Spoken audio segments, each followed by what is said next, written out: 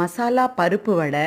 நல்ல கடலைப்பருப்பை ஊற வச்சுட்டு அதோட புதினா, பச்சை மிளகாய், இஞ்சி, பூண்டு, சீரகம், பெருசீரகம் எல்லாம் அதெல்லாம் சேர்த்து அரைச்சிட்டு, அப்புறம் ஊற வச்ச அந்த பருப்பையும் சேர்த்து ரொம்ப நல்லா பிசைஞ்சிட்டு வடை தட்டினேன் பாருங்க. அதுக்கப்புறம் வெண்டைக்காய் சாம்பாரோட அதை 2 பீஸ் பெரிய வடையோடு சேர்ந்த வெண்டைக்காய் சாம்பார்.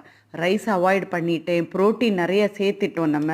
இந்த மாதிரி இருக்கும்போது ரைஸ் அவாய்ட் பண்ணிடலாம். புரோட்டீன் அதிகம் சேர்த்தும் பொழுது சத்து கிடைக்குது நமக்கு.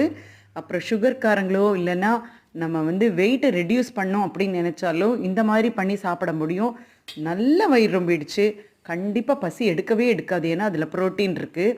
இந்த மாதிரி நீங்கள் பண்ணி வச்சுட்டீங்கன்னா கூட எப்போ பசிச்சாலும் ரசத்தில் கூட 2 வடையை போட்டு சாப்பிட முடியும். இல்லை மோர் சாப்பாடு, தாளித்த மோர் சாப்பாட்டுக்கு இந்த மசாலா வடை இருக்குது பாருங்கள், செம்ம டேஸ்ட்டு. இந்த மாதிரி பண்ணி நம்ம ஆரோக்கியமாக இருக்க முடியும். கட்டாயம் பண்ணி பாருங்கள்.